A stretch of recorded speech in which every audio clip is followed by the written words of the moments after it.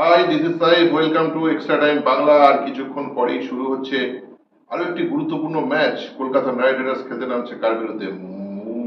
Mumbai Indians. এবং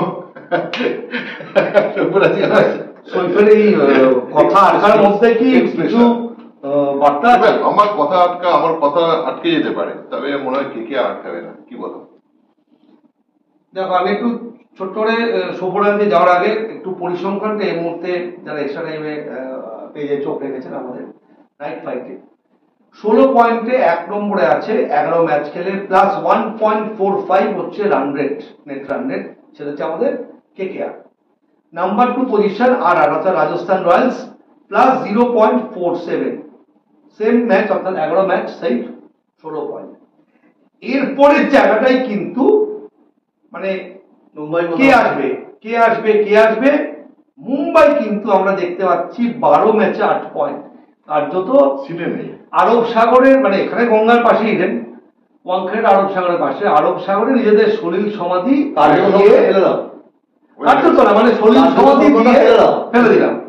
তো সলিল সমাধি আরব সাগরে দিয়ে তারা পা রেখেছেন।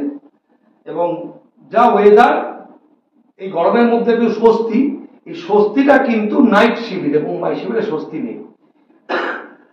তাহলে লড়াইটা হচ্ছে একদম টেবিলের টপ বনাম টেবিলের লাস্ট,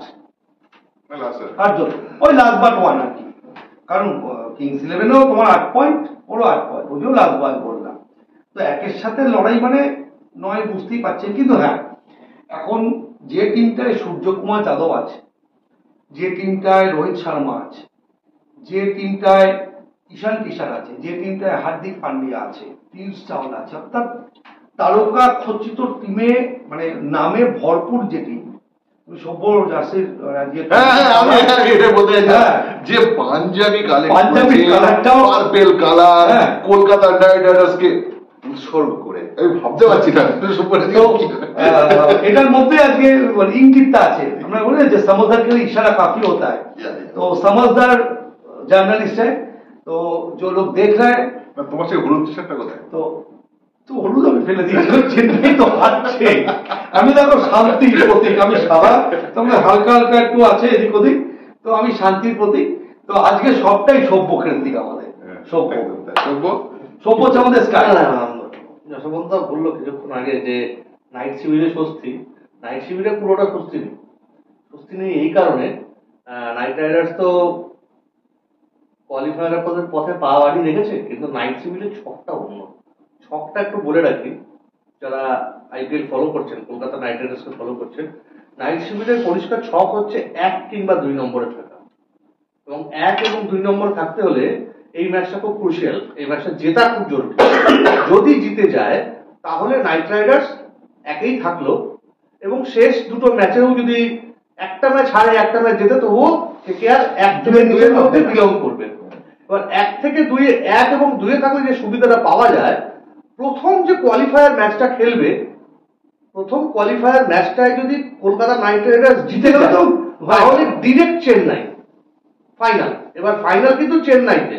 এবার কেকেআর কেন 1 কিংবা 2 থাকার ছকটা করছে, যেহেতু কেকেআর এর যে বোলিং লাইন আপটা, বিশেষ করে স্পিন বোলিং লাইন আপটা যদি বলি, সুনীল নারিন এবং আমাদের বরুণ চক্রবর্তী, এরা দুজনেই কিন্তু চিপকের উইকেটে খুব ভালো বোলিং করেছে। মনে করে তখন চেন্নাই সুপার কিংস ম্যাচটা, এবং সেই জায়গায় দাঁড়িয়ে যদি কেকেআর 1 থেকে 2 এর মধ্যে থেকে কোয়ালিফায়ার খেলে এবং কোয়ালিফায়ার যদি জেতে তাহলে ডিরেক্ট ফাইনাল।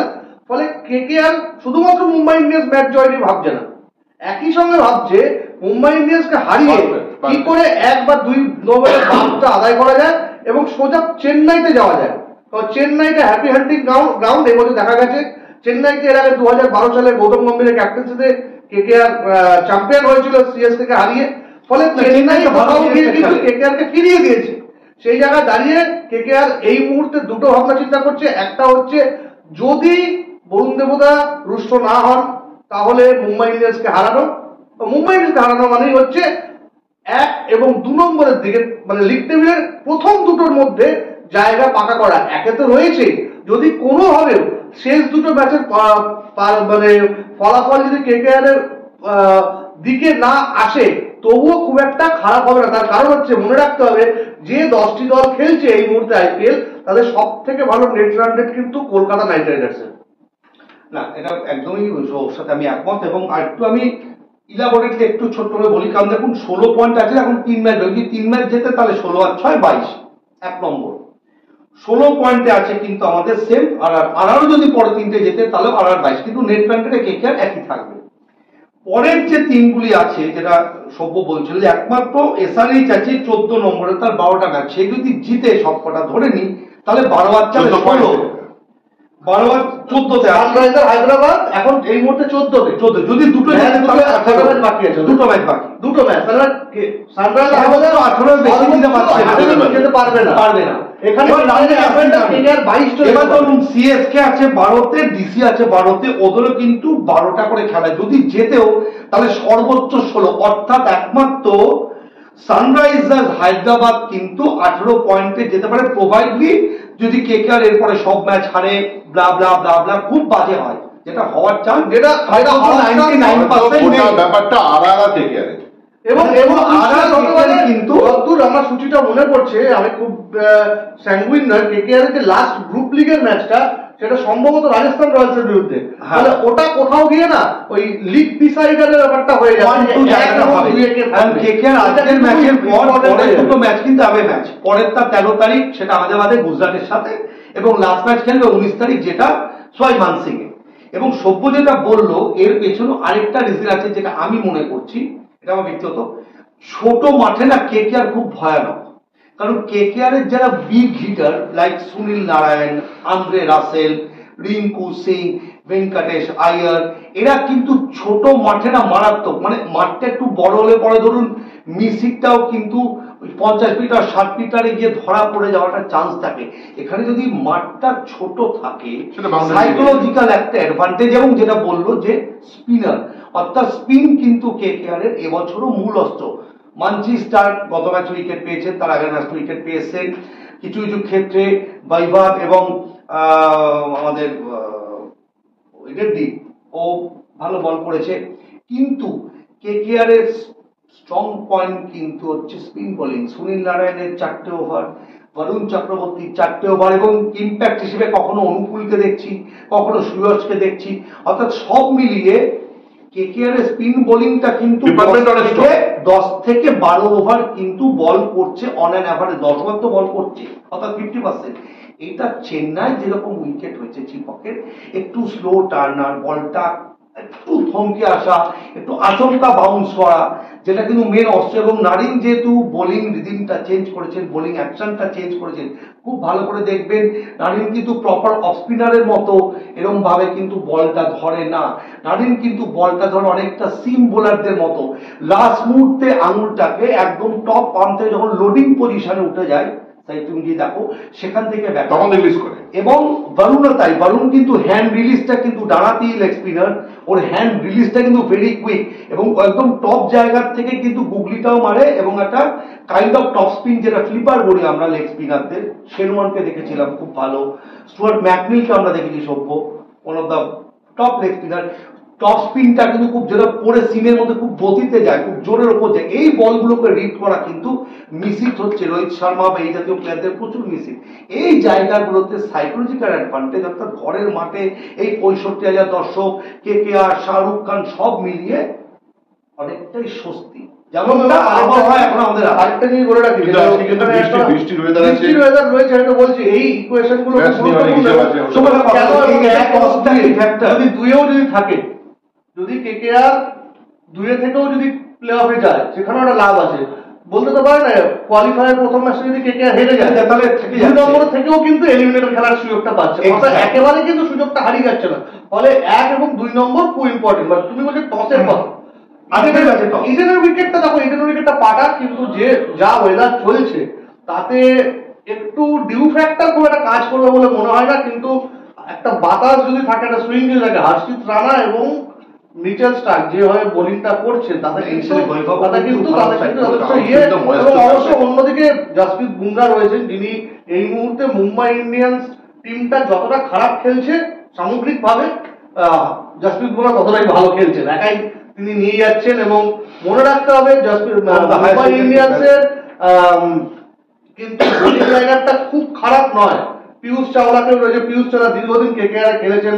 এই টিমটা সম্পর্কে যদিও টিমটা অনেক চেঞ্জ হয়েছে, কিন্তু ইডেন গার্ডেন্স উইকেট বলুন বা গৌতম গম্ভীর কিভাবে ক্রিকেটটা নিয়ে ভাবেন, কিভাবে ম্যাচটা নিয়ে রিড করেন, কিছুটা ধারণা পীযূষ চাওলার রয়েছে। না গম্ভীরের ক্যাপ্টেন্সিতে পীযূষ চাওলা খেলেছেন, উইনিং স্ট্রোকটা 2014 সালে পীযূষের হাত থেকে ব্যাট থেকেই এসেছিল। ফলে সব মিলিয়ে যদি ম্যাচটা হয় একটা উপভোগ্য ম্যাচ হওয়ার কথা, ভুলে গেলে চলবে না রোহিত শর্মা 12 ম্যাচে 320 run. Second phase of IPL, রোহিতের ব্যাটে রান নেই, চিন্তার কারণ টি20 বিশ্বকাপের আগে ভারতীয় দলের অধিনায়কের জন্য। কিন্তু এটাও মনে রাখতে হবে হ্যাপি হান্টিং গ্রাউন্ড কিন্তু ইডেন গার্ডেন্স, এবং এই ইডেন গার্ডেন্সে রোহিতের সেঞ্চুরি রয়েছে আইপিএল এ, রঞ্জি ট্রফি ডেবিউ সেঞ্চুরি, শ্রীলঙ্কার বিরুদ্ধে ডবল সেঞ্চুরি ওয়ানডেতে। রোহিত কিন্তু এই মাঠে অনেক দারুণ দারুণ ইনিংস খেলেছেন এবং এই মাঠে আইপিএলও জিতেছেন চেন্নাই সুপার কিংসকে হারিয়ে। কিন্তু রোহিতেরও যদি হয়, আবার বলছি যদি হয় 10টা হ্যাঁ যদি ম্যাচটা হয়, একটা খুব ভালো কথা বলে, যেন বৃষ্টির ওয়েদারে ম্যাচটা হতে হবে। এখন একটা কথা হচ্ছে দলের রোহিত শর্মা বলো বা বুমরা বলো, কিন্তু কথা হচ্ছে টিমটা ছন্দে নেই। তার তো অনেক কারণ, এটার কারণ তো আমরা আলোচনা করেছি, প্রচুর করেছি। দলের ছন্দটাই কি মেন হয়ে দাঁড়ায় আইপিএল এ সাফল্য নিয়ে? অনেক আইপিএল না, যে কোনো ফরম্যাটে যে কোনো মানে কোয়ালিটি থাকতে পারে, কিন্তু শুধু খেলাধুলা নয়, কম্বিনেশন জীবনে শুধু খেলাধুলা নয়, পারফরমারের কাছে বা পারফরমারদের কাছে একটা ছন্দ বজায় থাকে। দেখো তখন তোমার সঙ্গে যদি আমার কম্বিনেশন যদি ঠিক না থাকে, আমার সাথে তোমার কম্বিনেশন কেমন?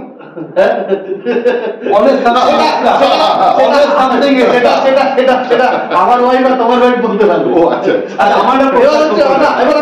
আমরা ইয়ার্কি ছলে বলছি, কিন্তু যদি আমাদের মধ্যে যদি বুনোরটা মানে শক্ত না হয়, যদি আমরা একে অপরকে যদি ভুল বুঝি বা যদি আমাদের মধ্যে যদি দ্বন্দ্ব থাকে, তাহলে আমরা পারফর্ম করতে পারবো। ঠিক সেরকম ভাবে এটাকেই যদি চরিত্রগুলোকে বদলে দাও, আঙ্গিকটাকে বদলে দাও, তাহলে সেটা মুম্বাই ইন্ডিয়ান্স ঝাঁপিয়ে ফেলো, তাহলে একই জিনিস হয়। আমার ঠিক সেটাই হচ্ছে, ওটাই হচ্ছে। দুজন মুম্বাইকার একে অপরের বিরুদ্ধে কিন্তু বল করবে, ব্যাট করবে। একটা হচ্ছে শ্রেয়াস, একটা বুমরা। এই যে একটা অ্যাডভার্টাইজমেন্ট বলছি, চুন্নু ভর পানি মেয়ে বলো চল ঠিক হ্যাঁ দেখ লেতে, তো এটা কি সত্যি আজকে এই মঞ্চটা? আমি বলছি আমি জানি না, আমরা ভাসতে যাই আর আরে মিম্বা ভাসতে যাই আর যেটা বুমরা ওটা ব্লক, ওটা না, আমি এটাকে প্রতীক, ওটা বক্স অফিসে flop show. Bumrah versus Iyer, মানে বুমরা যা ফর্মে রয়েছে তাতে ঘুমিয়ে ঘুমিয়ে শ্রেয়াসকে দরকার বোল্ড করে দেবে। ওটা বক্স অফিসে ফ্লপ শো, যদি কেউ বেটিং লাগায় যেন না লাগায়। আমি বলছি দেখবে কোথায় খেলাটা হবে, Rohit versus Sunil Narine, Andre Russell বনাম হার্দিক পান্ডে। হ্যাঁ, মানে হার্দিক পান্ডে ফর্মে থাকুক না থাকুক, হার্দিক পান্ডিয়ার ক্ষেত্রে সবসময় হেডলাইন ক্যারি করে। তো এর ক্ষেত্রে শ্রেয়াস আইয়ার ক্যাপ্টেন, লাস্ট 2-3টে ম্যাচে শ্রেয়াস একটু বেটার ক্যাপ্টেন্সি করেছেন, এটা দেখা গেছে বোলিং চেঞ্জ বা ফিল্ডিং চেঞ্জের ক্ষেত্রে।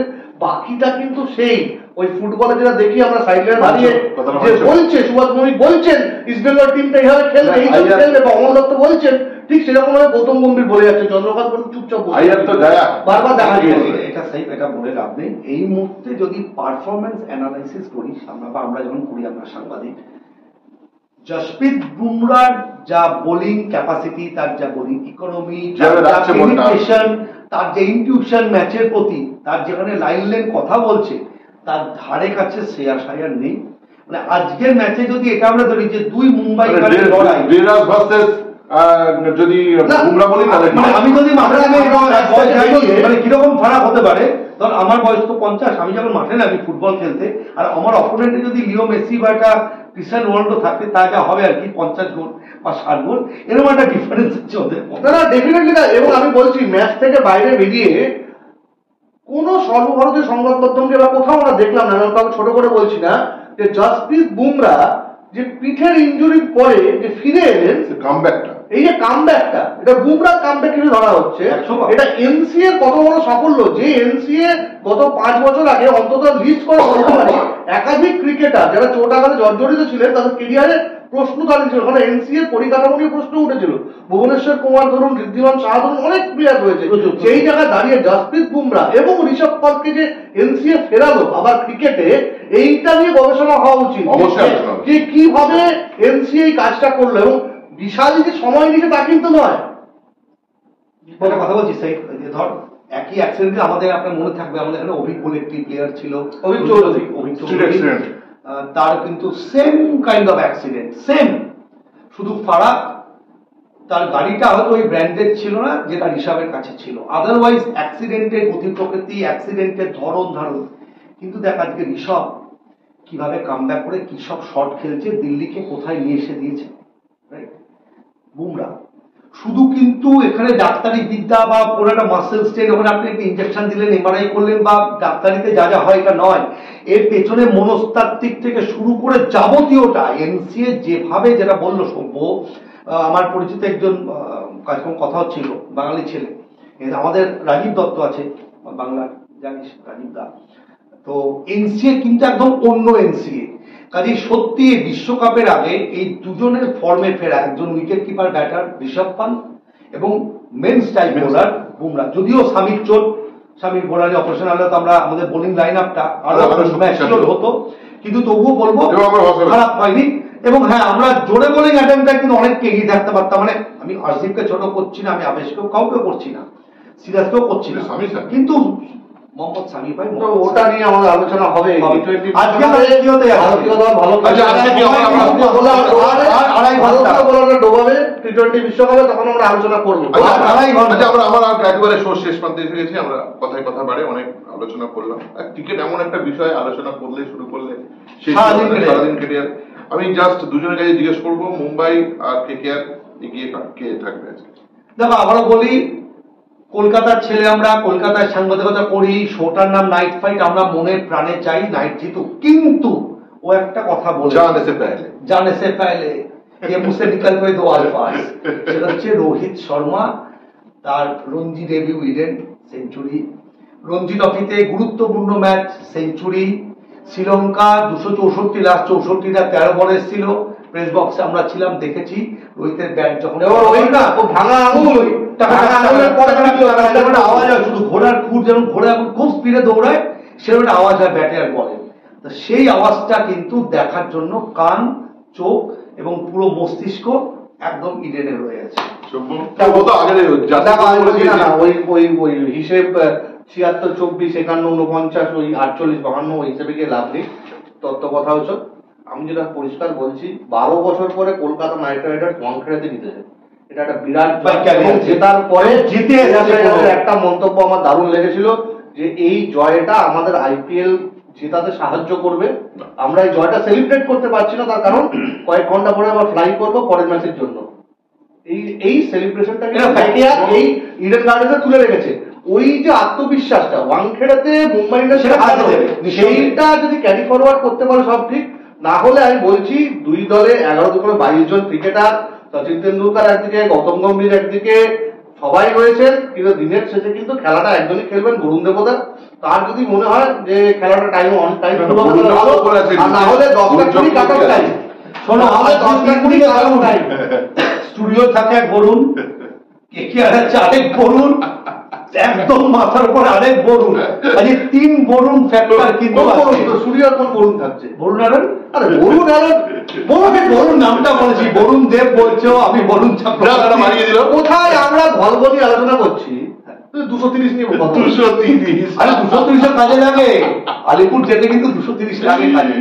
বরুণ আরন আমাদের আড্ডা এখানে আমরা শেষ করছি। আচ্ছা লাস্ট কথা, রাশিদকে কি করা উচিত কেকেআরে কি করা? আমি শ্রেয়াস আইয়ার নাকি বল আমার মতে যে টি-20 ফরম্যাটে যতটুকু আমি বুঝি, অর্থাৎ টসে ব্যাট করে বড় রান চাপিয়ে দাও।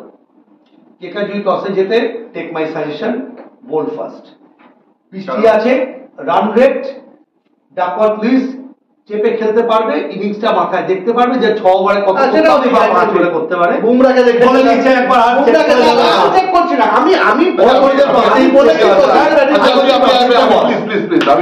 আমরা সে বাচ্চারা দিয়ে ক্রিকেট দেখছি, সবাই দেখে। ডাকওয়ার্থ লুইসটা কি?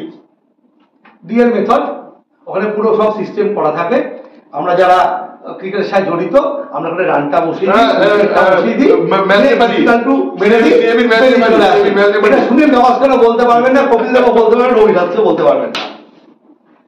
এটা নিয়ে একটা চুপ চুপ চুপ বলবো না,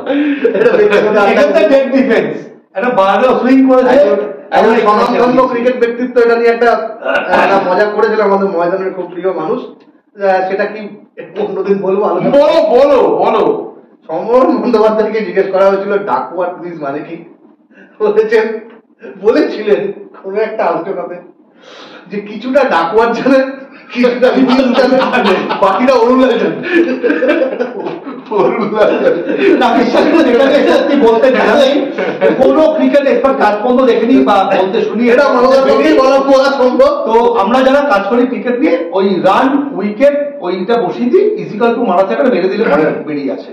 তবে যেটুকু জানি পরে ব্যাট করলে, যেহেতু একটু বৃষ্টি বিঘ্নিত ওয়েদার, একটা চেস কত তুমি করছো, কিরম ভাবে আমি করবো, ফার্স্টে ব্যাট করলে তোমার সেট করে দিতে হবে, পরে এই যে তারা রান তারাটা কিন্তু অন্যরকম ভাবে ফর্মেটে খেলা হতো। গত বছর আইপিএল ফাইনালে গুজরাট টাইটান্স সম্ভবত 205 রান করেছিলেন, সাই সুদর্শন করেছিলেন 96 রান, অথচ বৃষ্টি বিঘ্নিত ম্যাচ প্রায় 3 দিন ধরে ফাইনাল চলেছিল এবং ডাকওয়ার্থ লুইসই কিন্তু ম্যাচটা জিতে যায় চেন্নাই সুপার কিংস। টার্গেটটা ছোট, সম্ভবত 5 উইকেট জিতেছিল। এই ডাকওয়ার্থ লুইস কিন্তু বড় ফ্যাক্টর। আমি দাদার কথায় একমত হতে পারছি না, কারণ আমি বলেছিলাম যে টসে জিতে কেকেআর ব্যাট করা উচিত, দাদা বলছেন বোলিং করা। যাই হোক সেটা বিষয় নয়, আমরা শোটা এখানে শেষ করছি। আমাদের এখন টসে হারি বা জিতি শোটা শেষ করতে হবে। কেকেআরকে জিততে হবে এবং কেকেআরকে জিততে হবে 1 বা 2 হওয়ার জন্য। শুধু মুম্বাইকে হারিয়ে কোনো আনন্দ নেই, 1 বা 2 হওয়ার জন্য এগিয়ে থাকতে হবে। ভালো থাকবেন, এক্সট্রা টাইম বাংলাকে সাবস্ক্রাইব করবেন। নমস্কার। Extra time.